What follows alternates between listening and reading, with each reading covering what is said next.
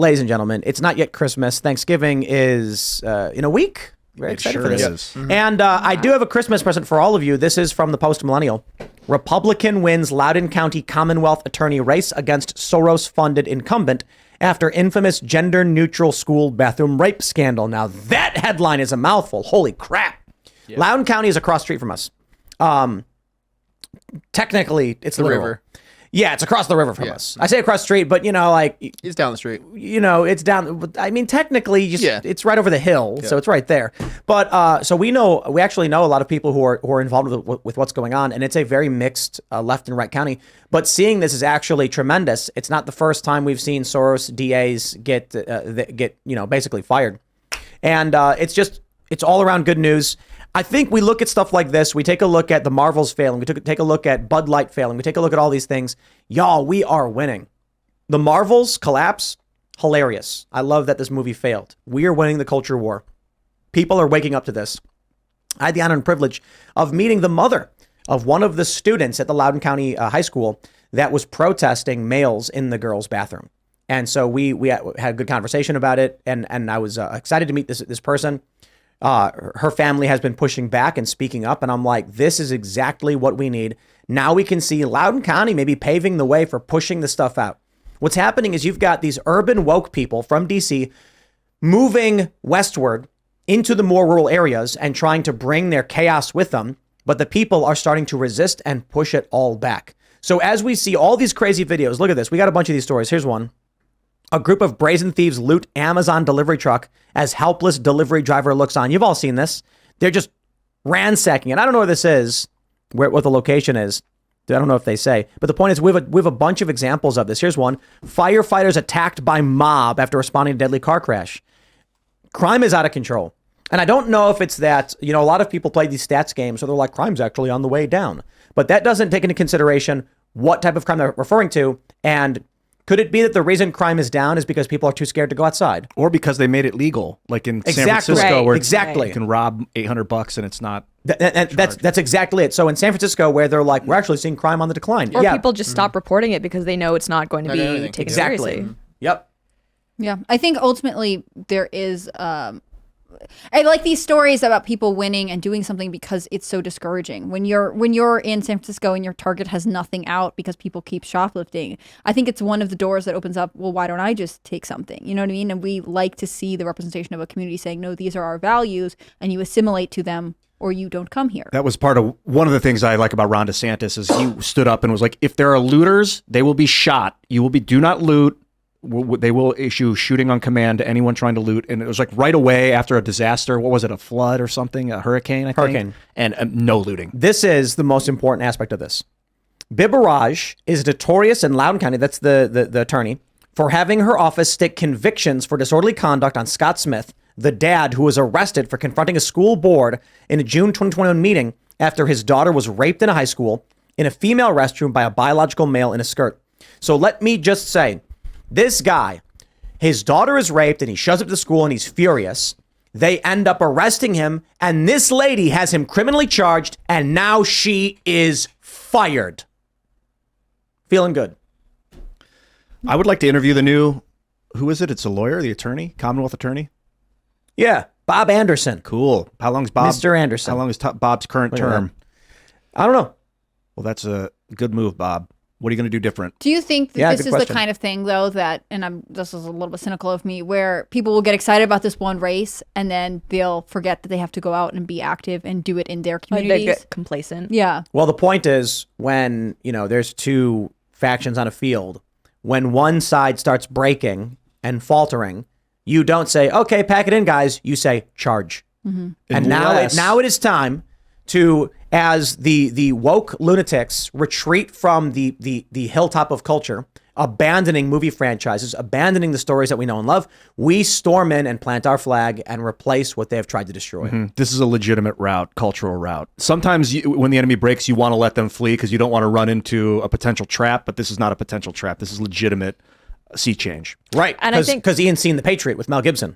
Good movie. At the end of the fight, when the Cornwallis is like, is that militia making their center? And then they're like, they start running away. And then once they go over the hill, that's the Continental Army waiting to trap them and then unloads on the British. Yeah, and we Hannibal win. did it to the Romans. They call it the Hammer and Anvil tactic, where you feign a retreat and then they charge it, and that's your anvil, and then you come around and flank them from behind as your hammer.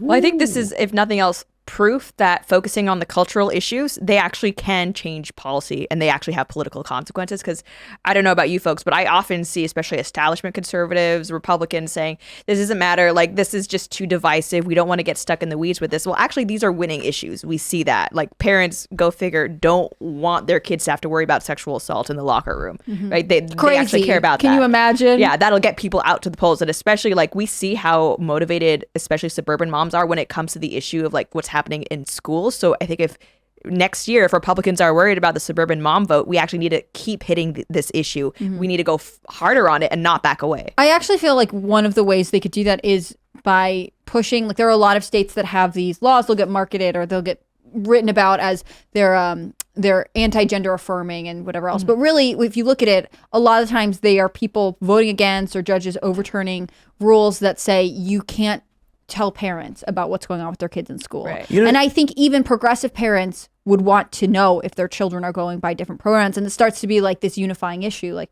if a child makes a choice in school like that, any parent would want to know. You can't decide arbitrarily who is dangerous and who is not, and whose kids are secret about this. And you know what I mean? Like there are ways to continue to push this issue. Loudoun County is so unique because they had that specific case, but there are other parents who would get behind, I need to know what's going on with my kids, especially You know what I think is going to convince a lot of suburban women to vote for the likes of Donald Trump, or at least someone more right-leaning, is in the event that they have male children, explaining to them the late 2010s history of the false accusations, Mattress Girl, all of these stories in the Me Too movement.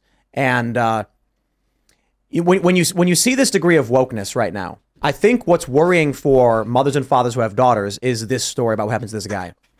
But what's as worrying to a parent who has a male child, right? The destruction of your son's life because woke people can lie about him, accuse him of racism, bigotry, assault, or otherwise, and there will be no due process. There will be no innocent until proven guilty. They will destroy this person's life. These are the things we need to stop. Due process is legit. Innocent. And it seems so basic to it, doesn't it? Until proven guilty. Well, I definitely support due process, but there's this also interesting tension in a way between due process and freedom of speech. I don't know if you guys are familiar with Tommy Robinson, but one of the many legal issues that he's had in the UK was reporting on, I think it was like a grooming gang. Forgive me in the comments if I get this wrong, but reporting on a grooming gang trial. And the UK had it that there was a moratorium in the press because the official reason was that they wanted due process. They didn't want these people's names slandered if they were found innocent. People who are critical of it say actually it's to basically hide the fact that mass migration has led to an increase in sexual assaults. But what do you guys think about kind of that issue? Are we allowed to talk? Does due process after a certain point mean that we need to clamp down on freedom of the press if it means publishing these allegations that are unfounded? Like how do we have deal civil with tort that? to deal with defamation and libel and these things. The defamation, libel, slander. The problem is Times v. Sullivan, and in many ways, there's pros and there's cons to what's called anti-SLAPP, strategic lawsuits against public participation.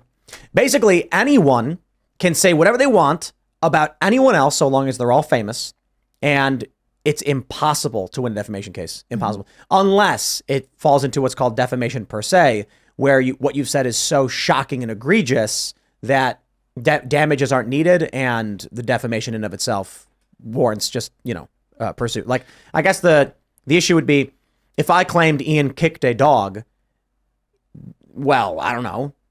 Did I know it was false is the question in Times v. Sullivan. And if Ian tried to sue me claiming that, it'd get thrown out. Yeah. What if you claimed that I was running a puppy mill and like slaughtering animals and like not paying my taxes? It'd be like. I mean, that's actually. I don't even think that would qualify. Would it be like if you said I was a rapist, then that would be defamation per se. Yep. Or that you had a contagious disease. But killing dogs isn't enough. Nope. Probably not. Oh, contagious disease is one. Yeah, is there like a list of criminal activity? Yes, there's a list. It's criminal activity, contagious disease, and something so morally shocking and reprehensible or whatever, like calling someone a pedo, is defamation per se. It's crazy. I tried to do the killing the dogs, but it's just not reprehensible enough, I guess, in this society. Dark. Yeah, well, because there are like PETA kills dogs, right? It's true. Yes, they do. Right, and so that's not considered to be so morally outrageous that it would be shocking to people to claim because it's something that happens. Yeah. There are kill shelters. So if you said that Ian was an evil person who was running a puppy mill that kills dogs, they'd say, okay, well, is that an opinion statement about a puppy mill? We don't know if this warrants that a level of going to court over it. Yeah, I think one of the questions with freedom of the press is, it is accurate to say this person was accused of, this person is standing trial for this. And I understand the sensitivity of the crimes. And it's an issue if people are evil. And I think this is what we get from an untrustworthy press, right? The fact that you would present it as like, it's a done deal no matter what. This is definitely, they're not presenting any other sides. They have decided there is a narrative and they're going to follow it through. Even if they might throw the word in allegedly a couple times, it's not honest reporting. Nancy Pelosi's husband, Paul, accused of getting into a fight with a male prostitute over a drug deal gone wrong. And of course, people are going to be like, okay, well, hold on. We know that story. That's a big leap. I didn't say it was true, and I didn't say I said it. I said he was accused of it. That's a fact statement. So if I report that Paul Pelosi was accused of getting into a fight with a gay prostitute, then that is a factual fact statement. That is a true statement. He was accused of that by a whole bunch of people on the internet. Doesn't mean it's true. I never said it was true. I said he was accused of it. That's a fact. And what's really tricky with journalists is that they really only need one person to make that accusation to be able to write that headline. Exactly. But realistically, it should be someone in the legal system making a legitimate, like an official accusation. Which would be a charge. There are activist attorney generals everywhere who will levy all kinds of stuff against you. I mean, I'm allowed to accuse Joe Biden of taking bribes. And I think everyone's going to agree, like, yeah, he probably did. There's no official government determination so far. Members of the Republican Party have presented evidence that they say asserts this, but it's not been like adjudicated. I think we're still allowed to come out and say that he is a corrupt MFer who is taking bribes. When I look at the word accused, the definitions, all the definitions are to charge with a shortcoming, to charge formally, to make a charge of wrong. So if you're not charging them, literally, that means you don't have the legal authority. It's not technically an accusation. If someone goes it also Twitter, says to claim that someone has done something wrong. Yeah, it can get a little vague. The thing is, if I accuse someone of doing something, or if someone is like, charges are brought against someone, theoretically, if you're being ethical, you present evidence that might contradict the point that seems obvious. Like if the government says, you burned down a building, I would potentially say there were other people and I would get a statement from you. But if you're trying to present information honestly, you're supposed to represent multiple points of views and possibilities. But that's not really how it works anymore. But that doesn't matter. I mean, the definition of accuse is to claim someone has done something wrong.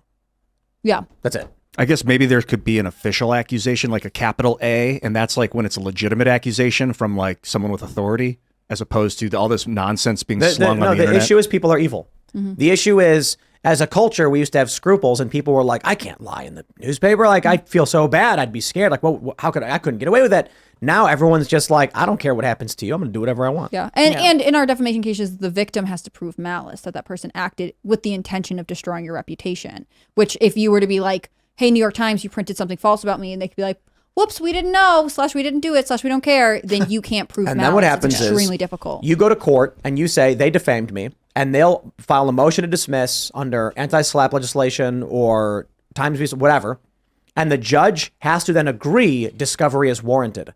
So you have to provide some evidence they may have, like, this is the crazy thing. In order to actually sue, you have actual malice standard in Times v. Sullivan is that the person doing the libel or slander knew what they were saying was false. Which means if someone in the press lies, or here's my favorite, if someone tweets a thing and it was a joke, a news organization can take that, run it as fact, and then say, oh, but we thought it was real. That's it. And how do you prove that they knew that it wasn't? Exactly. Like, that's a paper trail that will almost never exist. Internal communications where they're like, well, gee, I know this is not true, but run it anyway, which exactly it would never exist almost. Yep. But civil tort, not criminal.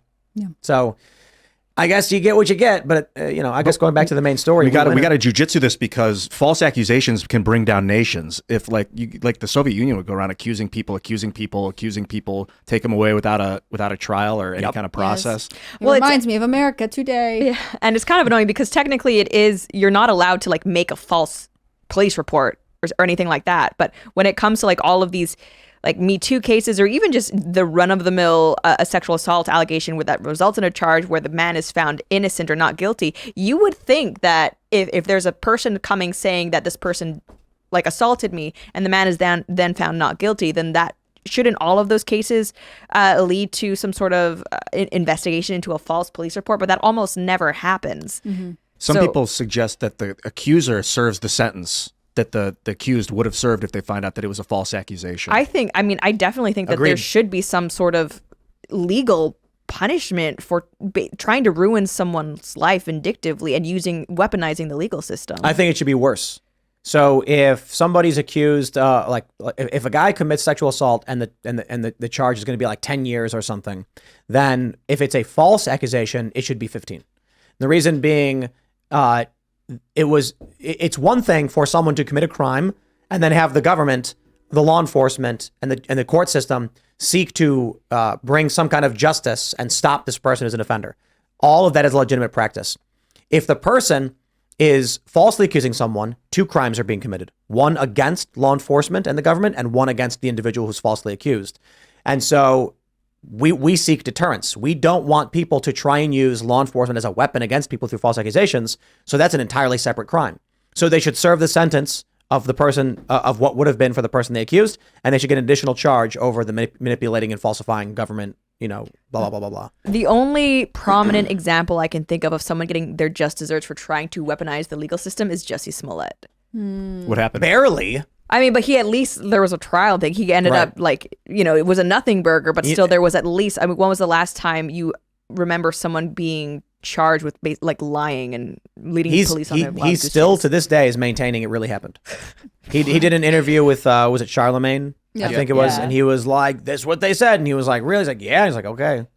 Yeah. Like, But what come else on, is he dude. going to do? Honestly, he's got to go down with that ship because if he admitted it was wrong, it's almost worse for him. If he right? admitted right away, cultist he'd be fans. back by now. Yeah. Yeah. If right when it went down, he said, look, we were trying to bring awareness and we were trying to, make people. It's a performance art piece. No, he could have said, me and my friends decided to stage this because we felt like other stories of other victims weren't getting any national attention and only a celebrity could bring to light the injustices that were happening. I regret what we did. I'm sorry I deceived everybody and I accept the punishment. Yeah. And then he's going to jail or whatever his charges are. I guess that's what he's really scared of. He doesn't want to be a felon. But we are years past this now and people would be like, oh, okay. And seriously, his PR team should have said, own it and claim the issue is, here's what if I was a PR guy for Smollett, I'd immediately do a Google search for some kind of racist hate crime. And then I would have Justice Smollett be like, when I saw this story and that no one cared, I knew the only way to get the attention of the press was for a high profile celebrity to do it. So that's why I decided to stage this event and I regret it. Or you could say I stage it to bring attention to this case now that. Oh yeah, now that everyone's talking about it. This is what you should be talking exactly. about now. I'm coming forward. I'm going ahead and getting in front of it. I want you all to know now. This didn't happen to me, but it did happen to this person. You know, been we way should more have been based on though. his crisis team. It would have been way more based if he came out and said, right away, yes, I am Justice Smollett. I have staged this hate crime. Why? Every year, over 800 false hate crimes are reported, and people are lying every single day. Then everyone on the right would have been like, "Oh wow, based." Yeah, He's really checkmated us here. I don't know what to do with that. 40 chess right I mean, there. one of the complaints that Chicago had was that he wasted resources, right? Yeah, So that would which is still legitimate. follow him, but maybe he would just make a nice donation to cover the cost of his, false allegations. There is a way to spin this. I think part of it is that he liked being, celebrated as this victim. And I think that kind of attention is very hard to develop, especially since I don't think he'll really act again at this point. Yeah. I wonder where he is now, especially with the Israel-Palestine stuff, because there are a lot of celebrities that hitch their wagons to the woke left, and now they're regretting it. Could you imagine being Justice Smollett and destroying your entire career over this attempt at anti-Trump nonsense, only to find out that you're on the wrong side of whatever this is? He's in the entertainment industry. A lot of the people who are running it are going to be more pro-Israel, and then all the leftists who would have supported him if his hate crime worked were going to be anti-Israel, pro-Palestine. Yeah. So it's good luck, buddy. Right. At least for Ethan Klein, he can get up and leave the room. Ryan Long did a great skit about that. The actor who's not knowing whether to post pro-Palestine or pro-Israel. Yeah. That's incredible. He's always had a stance. Look, I said it before, I'll say it again. It must be a horrible way to live to be on the left. Yeah. Oh my gosh, I almost fell into it, man. In LA, I was an actor until I was 27, and it was just shredding my soul. And then when when YouTube appeared, I was like, I can actually speak my mind, and I can make a career out of it. The modern version of the left, right? It's really simple for people like me and many others who are quote unquote disaffected liberals or post-liberal or whatever, where it's just we maintain our positions and we don't care about what the left wants to do. And so we get excised, we get kicked out. And it's whatever, I don't care, screw you guys. But I have to imagine the people like Ethan Klein who decided, I'm just going to agree with whatever they're saying, That dude must be stressed out for the past month and a half since the Hamas thing happened. Dude. And everybody on his show is just screaming in his face and calling him a Zionist pig. He's probably thinking like, it's the end. The right will not have him. He's a shill. He's sold out, and the left hates his guts because he's like pro-Israel. And it's not just that he was trying to hitch his wagon to the left. He chose Hassan Piker. Thanks for watching this clip from the Timcast IRL podcast. Hang out with us live Monday through Friday at 8 p.m. and become a member over at timcast.com for uncensored, members-only shows exclusive. Thanks for hanging out, and we'll see you all next time.